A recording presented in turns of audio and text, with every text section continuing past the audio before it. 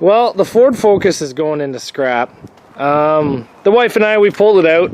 The guy that I got it off of wanted all the tires back, so I had to use a torch to cut new holes. That's a 4x100 rim now cut out to fit on 4x116, 4x108, and 4x110.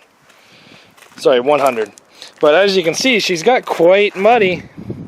But I kind of noticed some things on this car as I was taking it apart, and what I noticed is that this car's suspension and chassis look almost identical to a Mazda 3.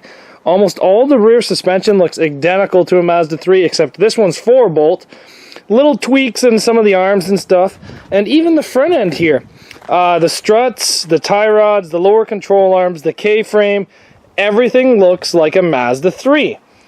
Now, I've never actually ran one of these Ford Focuses.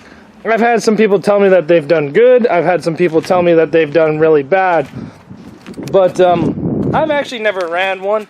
The Mazda 3 did surprise me, but not enough to actually go out and look for these cars. But what I'm trying to say is that these Ford Focuses are a dime a dozen. You can pretty much buy them a lot of the time for almost $100. And they do come in wagons, which is pretty cool.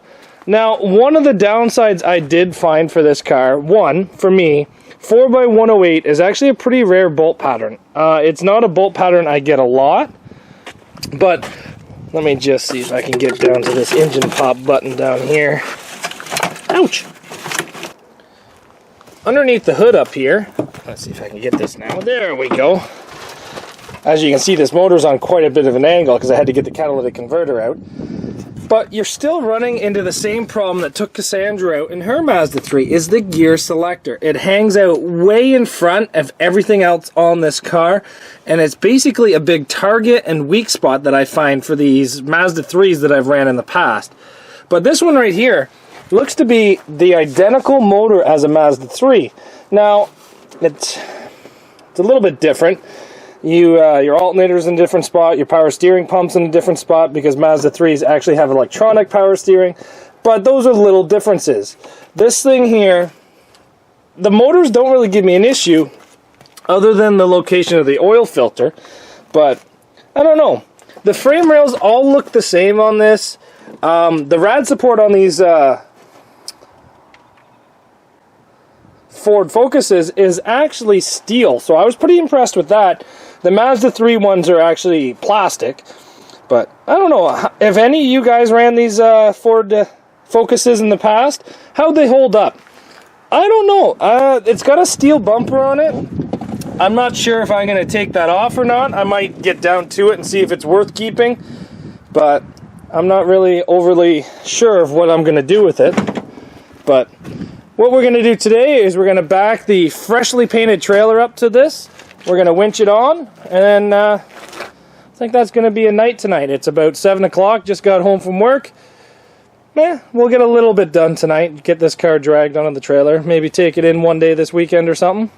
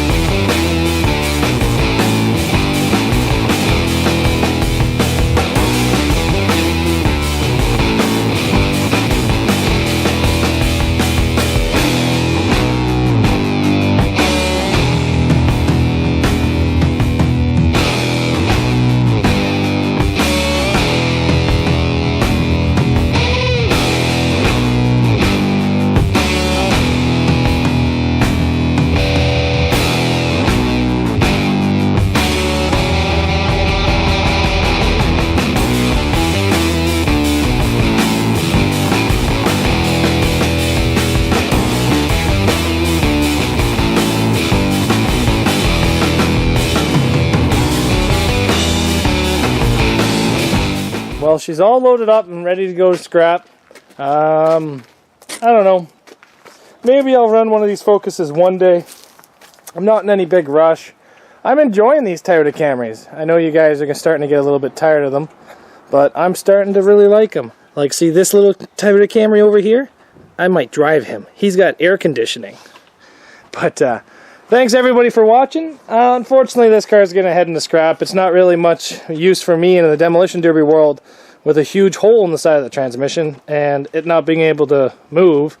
So we'll send it into scrap with the big shiny blue truck, and then we'll save our time and energy for more derby cars to come. So take care, guys, and we'll see you back here tomorrow.